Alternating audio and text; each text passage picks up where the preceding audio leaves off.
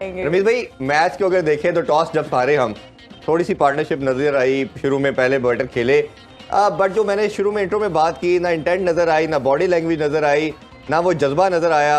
और जो हम एक बात करते हैं कि यार आपने कोई जब बैटिंग करनी है, जैसे हम विराट कोहली को देखते हैं, शर्मा को देखते हैं, गिल को देखते हैं, कोई शॉट के अंदर आपकी कोई जान होती है, कोई एग्रेशन नजर आता है ना, वो हमें बैटिंग में नजर आया। जब बॉलिंग भी करने हम आए तो किसी तरह भी हम मुकाबले में नजर नहीं आए। कैसे इस तरह की ऑल ओवर परफॉर्मेंस को देखते हैं आप?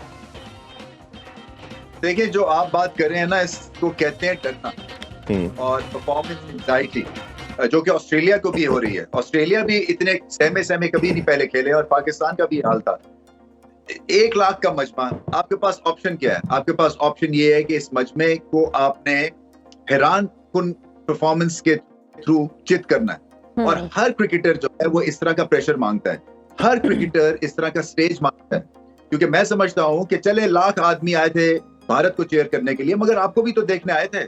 ये एक रिच राइवलरी है ना, और आप उस राइवलरी का बरक आज हो गया, इसलिए कि ये एम्बैरेसिंग डिफीट है। और इसमें 30 करके आउट होना, 40 करके आउट होना, 50 करके आउट होना, ये इससे बड़ी ज्यादती कोई नहीं है। क्योंकि इस पिच पे आप सेट हुए और विकेट खो दिए। इसी तरह से बॉलिंग आप आगे कर रहे हैं, हाफ बॉलिंग, जब गेंद सीम और स्विंग ही नहीं कर रहा है तो आप क्यों हाफ बॉलिंग करें? आप बुमराह की तरह लेंथ बॉल करें ना। वो लेंथ बॉलिंग करनी नहीं आती, क्योंकि वो किसी ने नहीं पढ़ाया है कि लेंथ की बॉलिंग की परसिस्टेंसी से आप क्या अचीव कर सकते हैं। क्योंकि या हम बाउंसर करते हैं या हम आगे गेंद करते हैं कि किसी ना किसी तरह से विकेट ले लें। सो विकेट लेने के लिए एक थर्ड ऑप्शन भी है जो कि लेंथ बॉल है और कंसिस्टेंसी है। गेंद स्पिन नहीं हुआ, उन्होंने आके मिडिल ऑर्डर में पड़खच्चे उड़ा दिए। मैंने आज तक नहीं देखा कि 150 पे 2 और आप 200 भी ना कर सकें।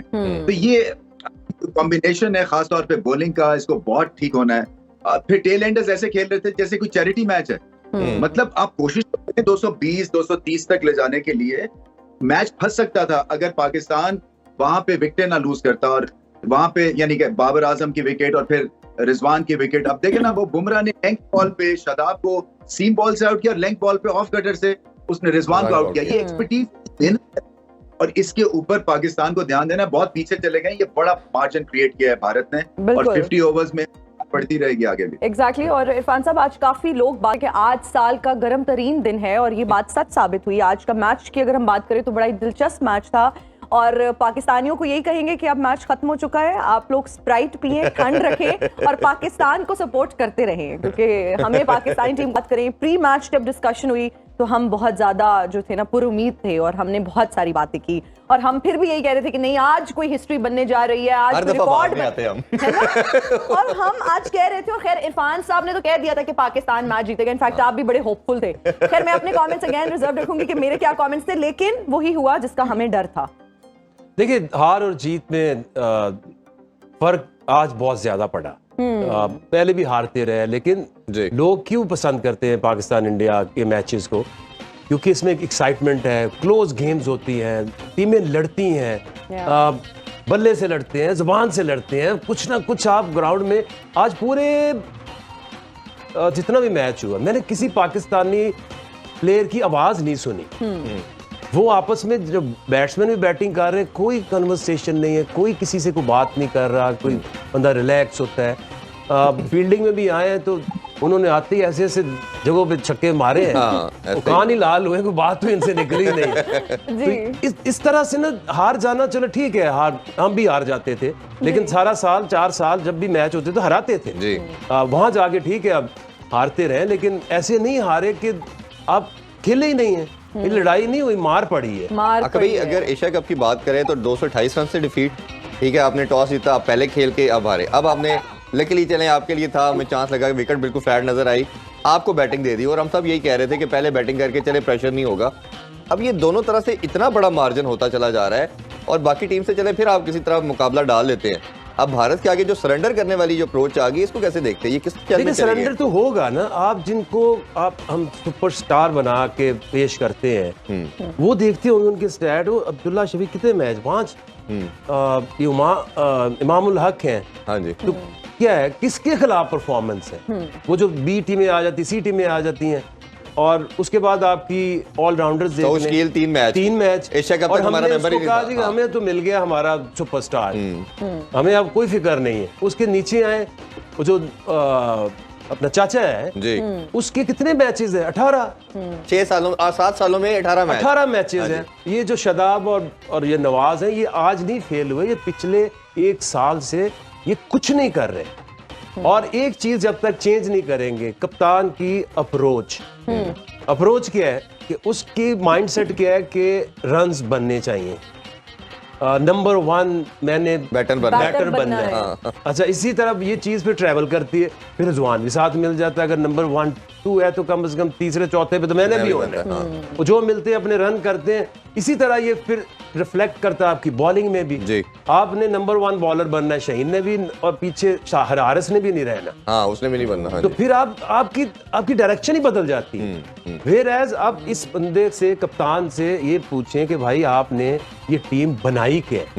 इतने सालों से आप कप्तान हो, आप वर्ल्ड कप में अपनी बेस्ट टीम बनाते हैं। बिल्कुल। इस टीम के मैचेस देख लो, नंबर ऑफ विंस देख लो, कंट्रीब्यूशन देख लो, मैन ऑफ द मैच कितने वो देख लो, आपकी सारी जो अफसोस है ना वो खत्म हो जाए। मैं रवि भाई आपसे एक पूछना चाहूंगा सेम चीज के ऊपर।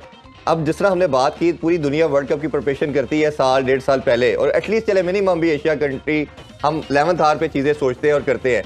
अब हम साउथ स्कील हमारा पार्ट नहीं था, एशिया कप में भी नहीं हमने खिलाया, और सडन इंडक्ट कर दिया गया वर्ल्ड कप में।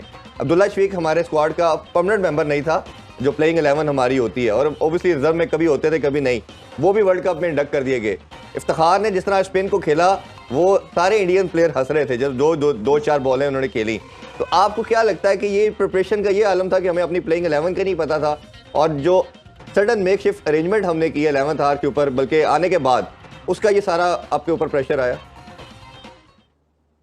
सही पॉइंट है ये, इसलिए कि एक्सपोज हो गए हैं। और मैं फिर भी समझता हूं कि ये आपकी जो परफॉर्मेंस है ना, ये अनपार्डनेबल है, चाहे आपके पास एक्सपीरियंस है या नहीं है, क्योंकि ये कंडीशंस आपके मतलब की हैं।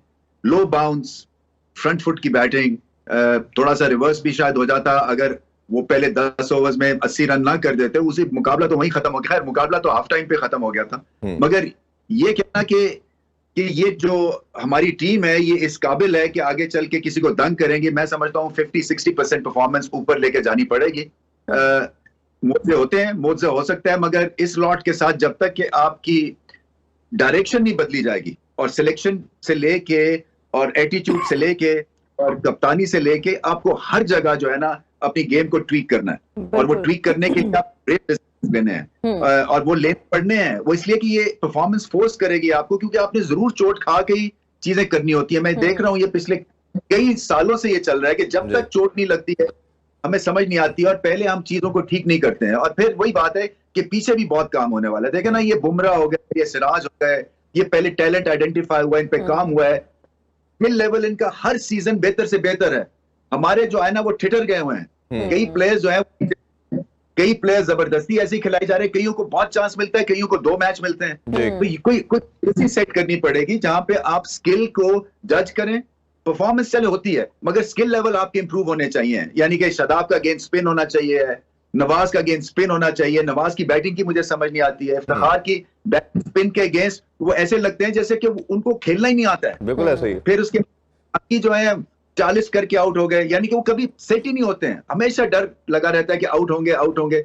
ये डर है, फेलियर का डर है, ये आपको अपने ऊपर एतमाद नहीं है उसका डर है, हम भारत से हार ना जाएं उसका डर है। ये बहुत सारी चीजें मिलके आप पे प्रेशर क्रिएट करती हैं। जैसे मैंने कहा, ये ग्रेट मोमेंट था पाकिस्तान को हीरो बनने का, भारत को चौंका देने बैटिंग और बॉलिंग करनी, मगर ऐसा हुआ नहीं, और आगे चल के बहुत मेहनत करने की जरूरत है। लोग कहते हैं पाकिस्तान वर्ल्ड कप से बाहर नहीं हुआ है, मगर कोई ऐसी हौसला भी नहीं मिल रहा है कि आपको लगे कि ये वर्ल्ड कप जीत जाएंगे। जी बिल्कुल।